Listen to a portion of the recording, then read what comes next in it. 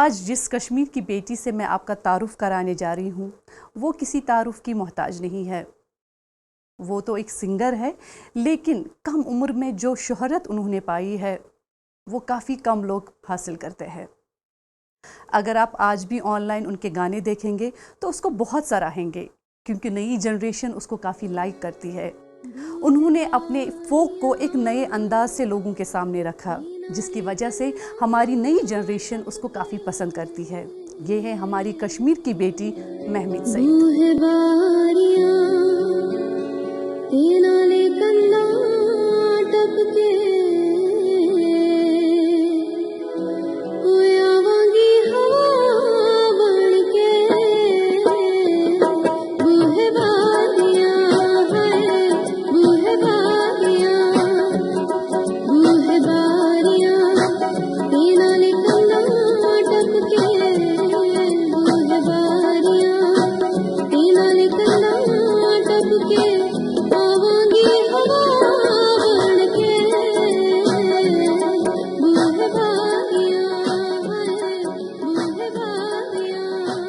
दोस्तों, आइए रूबरू होते हैं महमिद सईद से। महमिद, आपका इस्तकबाल है हमारे प्रोग्राम परवाज़ में। Thank you Aliya ji, thank you मुझे दावत देने के लिए। That's so nice of you. सबसे पहले मैं ये जानना चाहूँगी कि आप कहाँ पे रहती है, आपकी जो बर्थ प्लेस है वो कौन सी है, और बचपन से क्या करने का शौक़ था आपको? बेसिकली मैं हूँ मखदूम साहब से। मैं वहीं पे पैदा हुई हूँ। उसके बाद we shifted to Shalimar area side से हमने वहाँ शिफ्ट किया और अभी तक हम वहीं रह रहे हैं। And I think we are lucky कि हम वहाँ रह रहे हैं। काफ़ी खूबसूरत जगह है। और आपने पूछा कि सिंगिंग का। बिल्कुल। सो सिंगिंग ऐसी चीज़ है जो मेरे ब्लड में है। ये जेनेटिकली मुझ में है इनहेरिट हुआ है। बेसिकली जो मेरी ममा थी, अभी हयात नहीं है वो म्यूज़िक ग्रेजुएट रही हैं और मेरी पहली गुरु भी रही हैं। जो बेसिक्स होते हैं म्यूज़िक के वो उन्होंने ही मुझे बताए हैं। और सो डेफिनेटली मैं हमेशा से यही कहती आई हूँ कि music is in my blood, that's how it is in me. तो सिंगिंग तो होनी थी। पता चला धीरे धीरे कि मैं गा सकती हूँ। फिर स्कूल्स में परफॉर्म करने लगी और स्कूल्स में परफॉर्म किया। सब टीचर्स सराहते थे, एक्चुअली वेट करते। फ्री पीरियड होता था तो टीचर्स पूछते थे ओके फ्री पीरियड है तो महमिद इज़ गोइंग टू सिंग। मैं उठती थी और वॉलंटरली गाती थी और सभी एंटरटेन हो जाते थे।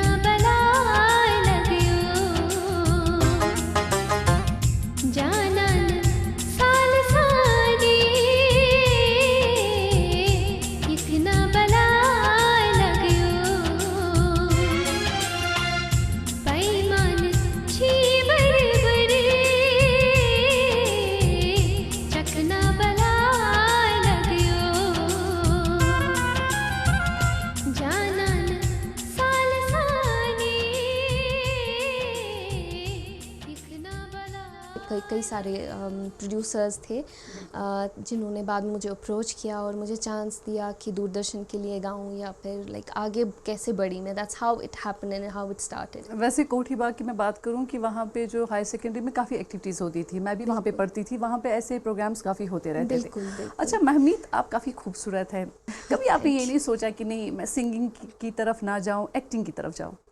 सो एक्चुअली आपने अच्छी बात कही है, इसका उल्टा हुआ। मुझे एक्टिंग की ऑफर्स आई पर मैंने उनको अवॉइड किया बिकॉज मैं अपना फोकस सिर्फ सिंगिंग पे रखना चाहती थी। दूरदर्शन पे कब आप आई? दैट वाज एग्जैक्टली आफ्टर जो साज़ और आवाज़ का, जैसे अभी मैंने कहा साज़ और आवाज़ में मैंने परफॉर्म किया और मैंने चिट्ठी ना कोई संदेश गज़ल गाना गाया। तो वो काफ़ी पसंद आई थी सबको और उसके बाद से ही मुझे ऑफर्स आने शुरू हो गए और उसके बाद ही immediately after that I perform for Doordarshan.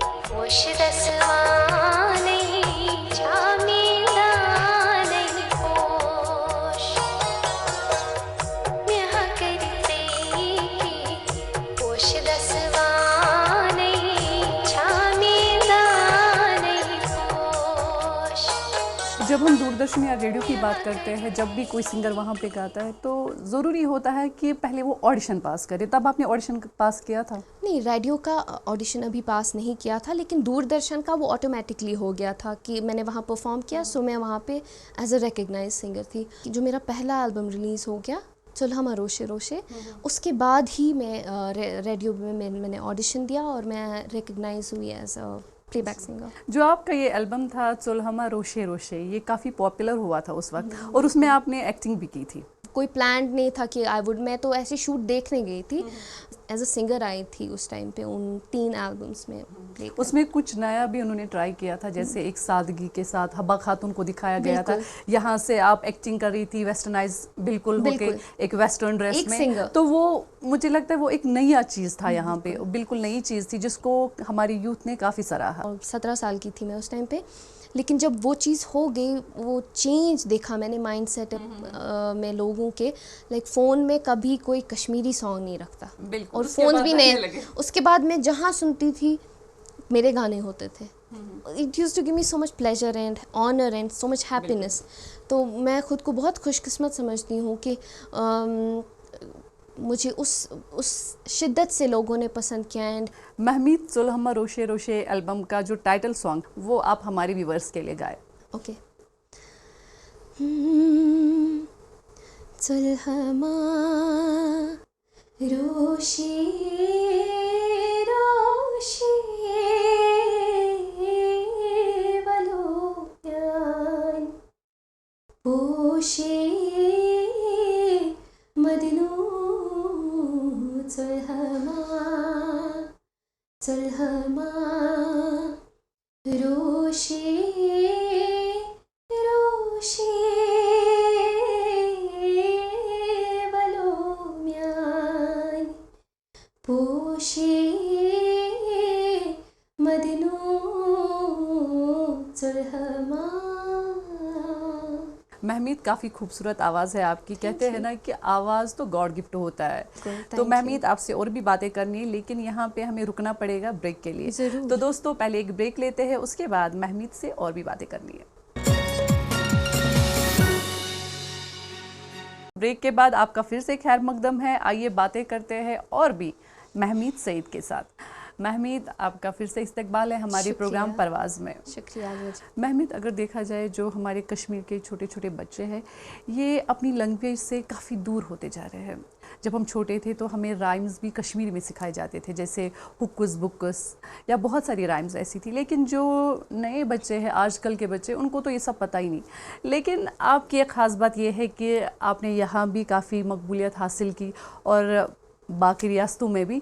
वहाँ पे आपका ये जो राइम है, ये सॉन्ग है, ये काफ़ी पॉपुलर हुआ क्योंकि आपने बिल्कुल एक नए तरीके से इसको गाया और नए बच्चों ने, आजकल की यूथ ने इसको काफ़ी लाइक किया। इसके बारे में थोड़ा सा बताएं। हमारी ताकत है म्यूज़िक, सिंगिंग, हमारा लिटरेचर।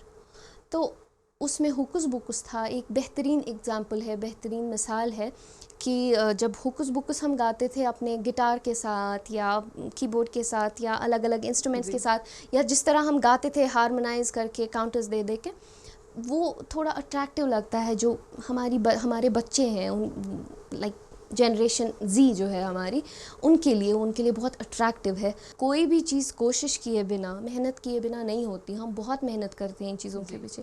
सो हमारा यही मिशन था कि बच्चे कैसे अट्रैक्ट होंगे, और हुआ भी वैसा ही। इसके साथ साथ मैं आलिया आपको ये भी बताऊं कि हमने रिसेंटली जब लंदन में कॉन्सर्ट किया, अभी 1 जुलाई को था वो कॉन्सर्ट हमारा, वहाँ पे हमने, एंड मलेशिया में भी वो 1 अप्रैल को था। दोनों कॉन्सर्ट्स में हमने एक नई राइम कंपोज की और लिखी भी खुद। कौन सी राइम? और राइम है 1 to 50 कश्मीरी में काउंटिंग। हमने जब वहाँ पे ये गाया, हमने सब बच्चों को बोला कि आप हमारे साथ गाइए और नेक्स्ट टाइम जब हम आएंगे आपको ये याद होना चाहिए। और उनके पेरेंट्स से भी ये प्रॉमिस लिया कि जब हम नेक्स्ट टाइम आए कि वो अपने बच्चों को एटलीस्ट 1 से 50 तक की काउंटिंग, गिनती याद कराएं कश्मीरी में। अच्छा महमीद, हम हुक्कुस बुक्कुस की बात कर रहे थे, वो ज़रा सुनाए हमारे नाज़रीन को। Here I go. हुक्कुस बुक्कुस तिलवन सुक्कुस, हुक्कुस बुक्कुस तिलवन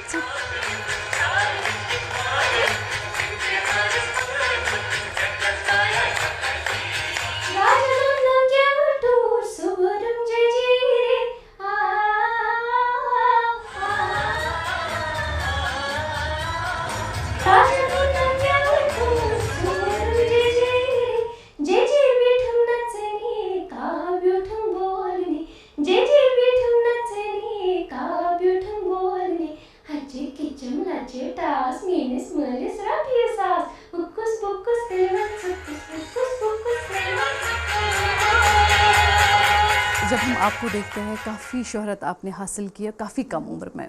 जो दूसरी लड़कियां आपको देख रही होंगी, उनको भी शौक़ होता होगा कि काश हम भी महमीद की तरह काफ़ी मकबूल हो जाए।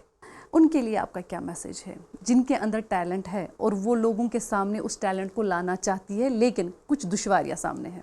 अगर लाइफ को बहुत पॉजिटिवली लिया जाए, चाहे कुछ भी हालात हों, एक स्टेज था मेरी लाइफ में जहाँ पे मैं एक थम सी गई थी, कुछ कर नहीं रही थी, क्योंकि मेरी एक कुछ डोमेस्टिक प्रॉब्लम्स थी अपने घर पे। मेरी मामा की तबीयत ठीक नहीं थी, तो मैं उनके साथ होती थी ऑल द टाइम, जिसकी वजह से मुझे अपनी स्टडीज़ को भी छोड़ना पड़ा। ऑल्दो उसके बाद मैंने 3 मास्टर्स कर लिए डिस्टेंस के थ्रू, बट उस टाइम मामा के इस दुनिया से जाने के बाद क्योंकि सब ने फिर इनकरेज किया कि कुछ करो, ऐसे नहीं रहो, थोड़ा बाहर निकला करो, खुश रहा करो।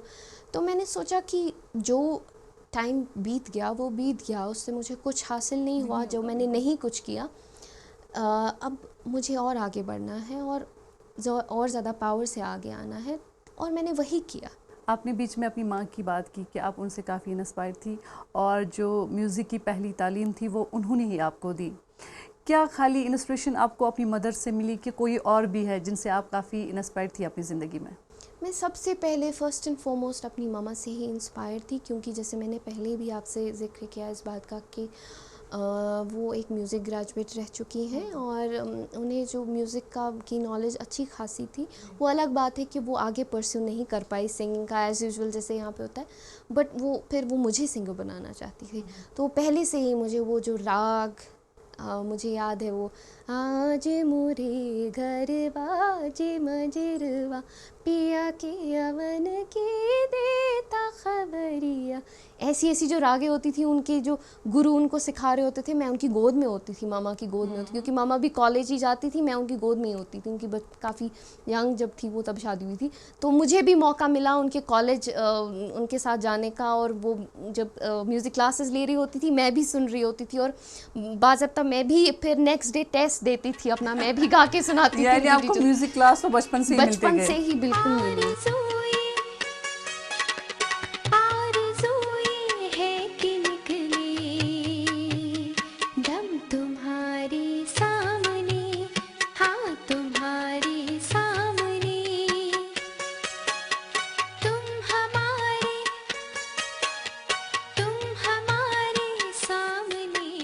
अभी भी कोई ख्वाब ऐसा है जो पूरा नहीं हुआ? इंसान की फितरत ही है ऐसी कि जितना वो चाहे, जितना वो पाए, कहीं ना कहीं पे वो कमी पड़ ही जाता है। आपकी लालच, इंसान इज ग्रीडी बाय जो ग्रीड होती है, बिल्कुल। क्योंकि ये बुरी ग्रीड नहीं है, so I accept it. Fashion line, next target, album, violin, symphony और कॉन्सर्ट्स वर्ल्ड वाइड, सब कश्मीर। जैसे पंजाबी का क्रेज़ है सभी लोगों पे, वैसे कश्मीरी का भी क्रेज़ होना चाहिए, क्योंकि हमारा लिटरेचर कई हद काफ़ी ज़्यादा डीप और रिच है। इसको आगे बढ़ाना बहुत ज़रूरी है। जो कश्मीरी सिंगर है, कहाँ तक उनको आप सुनती है? क्या आप पहले से कश्मीरी सिंगर्स को सुनती थी या बॉलीवुड के जो सिंगर्स थे उनको सुनती थी? जैसे कोई भी टीनेजर फिल्मी गाने सुनता है, मैं भी बिल्कुल वैसी थी। मेरा कश्मीरी लैंग्वेज, कश्मीरी म्यूज़िक की ओर कोई इंटरेस्ट नहीं था। विद द टाइम, जैसे मैंने कहा कि फिर मैंने परफॉर्म किया और धीरे धीरे आइडेंटिटी जानी, रियलाइज़ किया कि ये मेरी आइडेंटिटी है और मुझे यही सुनना चाहिए। और किसी ने मुझे सजेस्ट किया कि आपको कुछ लोगों को सुनना चाहिए ताकि आपका कश्मीरी पे होल बने, क्योंकि आपकी आवाज़ अच्छी है, बस इतना काफ़ी नहीं है। सो आपको कुछ अच्छे जो हमारे यहाँ के फ़नकार हैं, काफ़ी सिंगर्स हैं यहाँ के, उनको सुनो, जिनमें शमीमा आज़ाद, गुलाम नबी शेख साहब, वो मेरे गुरु भी रहे हैं, कितने सारे, विजय मल्ला जी। वो एक दौर था जब मैं उनको सुनती थी, लेकिन अभी टाइम आया है, अब मैं सुनती हूँ रशीद हाफिज़ साहब, हसन सोफ़ी साहब, इन सब को सुनती हूँ मैं। और इन्हीं गानों को हम थोड़ा उनका पैटर्न हल्का सा बदल के उनको परफॉर्म करते हैं स्टेज पे। बेसिकली क्या है, जो लाइट म्यूज़िक है, जो गज़लें हैं, वो थोड़ा बॉलीवुड से इंस्पायर्ड है, लेकिन जो हमारा बेसिक अपना म्यूज़िक है, दैट्स फोक। उसमें कश्मीरी टच है। एग्जैक्ट टच नहीं है, दैट इज़ कश्मीरी। यस जन छक्कर छ आसान, जो छकरी हमारी है, फोक है हमारा, दैट इज़ आवर म्यूज़िक। आपसे और भी बातें करनी है, आप और भी बातें करेंगे हमारे साथ, लेकिन महमीत यहाँ पे वक्त हो चला है कि एक और ब्रेक ले। दोस्तों चलिए पहले ब्रेक लेते हैं, उसके बाद फिर से बातें करते हैं। ब्रेक के बाद आपका फिर से खैर मकदम है, आइए बातें करते हैं और भी महमीत सईद के साथ। अच्छा महमीत, ये बताइए कि आप तो बहुत जगह घूमी हैं, ये सिलसिला कैसे शुरू हुआ और आगे अभी क्या करने का इरादा है आपका? यूएस की 6 सिटीज़ में टूर किया और परफॉर्म किया, जिनमें Washington DC, Virginia, Dallas, New York, LA, buffalo, ये सब जगह हम घूमे और वहाँ पे परफॉर्म भी किया। और सबसे एंड पे हमारा जो कॉन्सर्ट था वो एलए में था, जहाँ पे हमें शफात काजी साहब मिले। तो उन्होंने हम तीनों में देखा कि एक मैजिक करने वाली हम रखते हैं, ताकत, एक हुनर रखते हैं और जो कहते हैं ना स्टेज पे पूरा छा जाना, उन्हें लगा कि हम तीनों मिलके वो मैजिक कर सकते हैं।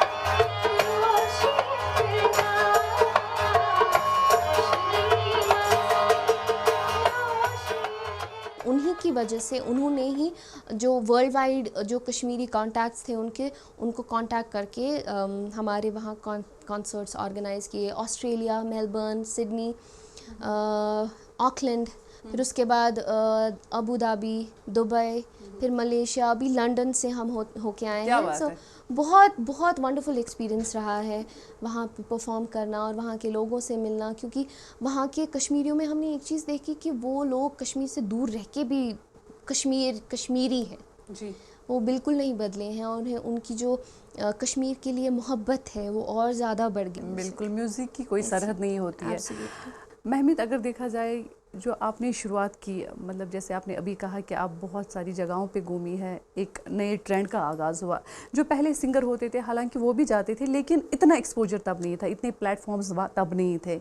अभी भी आपको लगता है कि अभी भी किसी चीज़ की कमी है हमारे कश्मीर में? प्लेटफॉर्म्स नहीं है, जैसे आपने कहा कि हैं स्कूल्स में, बट उस कैलिबर के नहीं है जिस कैलिबर के होने चाहिए, और उतना इंटरेस्ट भी नहीं लेते हैं। अभी भी कहीं ना कहीं म्यूज़िक को उतना अच्छे स्टैंडर्ड पे नहीं समझा जाता है। ऑल्दो हमारी कोशिश हमेशा ये रहती है कि इसको एक अच्छा सा मकाम दे और हर कोई आगे आना चाहे और इसमें आगे बढ़ना चाहे और इसको अपना प्रोफेशन बनाए। महमीत, जब हम कश्मीरी सिंगर्स की बात करते हैं, जिसमें राज बेगम, कैलाश मेहरा जी या बहुत सारी और भी सिंगर्स थी, उन्होंने या तो रेडियो पे गाया या तो टेलीविज़न पे गाया या कहीं बाहर रियासतों में भी वो गई, वहाँ भी गाया उन्होंने। लेकिन जो आपने एक नई चेंज लाई, जो आपने एक बैंड इंट्रोड्यूस किया, आप बाहर मुल्कों में गई, वहाँ पे लोगों ने आपको काफ़ी सराहा। ये चेंज आपके माइंड में कैसे आई कि हमें ये चेंज करना है? आप इसको यूथ काफ़ी सराहेगी, इसको यूथ कहीं ना कहीं अपनाएगी। हमने जब एलए में परफॉर्म किया, हमें वहाँ पे शफात काजी साहब मिले और उन्होंने ही हमें एडवाइस किया कि आप लोग एक साथ एज अ बैंड परफॉर्म करो, और उन्होंने ही IBM, बिकॉज इरफान, बिलाल और महमीद पहले लेटर्स जो थे, तो क्योंकि IBM थोड़ा अच्छा, IBM नाम है, एग्जैक्टली जाना पहचाना नाम है, तो IBM नाम दे दिया। और उनकी वजह से फिर हमने all over world, all over the globe perform किया, उन्हीं की वजह से। That's how it started.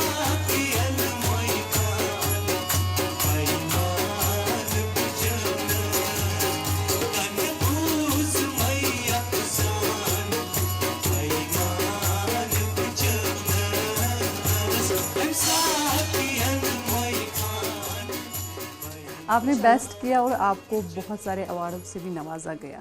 ये बताइए कि किन किन एजाज़ों से आपका नवाजा गया आज तक? कितने सारे हैं, मतलब अब तो क्योंकि नाम भी याद नहीं है, बट अभी मैं आपसे ये रिसेंटली जो मुझे अवार्ड मिला है, स्टेट अवार्ड, उसकी बात करूँगी। तो ये बहुत ही बड़ा ऑनर है मेरे लिए, और क्योंकि मुझे इसकी कोई ख़बर नहीं थी, मुझे काफ़ी देर से रात को मैसेज आता है एक जर्नलिस्ट का कि आपको मुबारक हो, आपको ऐसे अवार्ड मिल रहा है। तो मैं मैसेज देख के बोल रही हूँ कौन सा अवार्ड? वो मुझे कह रहे हैं कि नेशनल अवार्ड। मैं कहा ओ रियली, मैं काफ़ी खुश हो गई। आपको पता नहीं था कि नेशनल अवार्ड किस लिए क्या है? मुझे कुछ भी नहीं पता था, क्योंकि अवार्ड पता था शायद मिला होगा गाने के लिए, बट ये पता नहीं था कि मुझे मिल रहा है।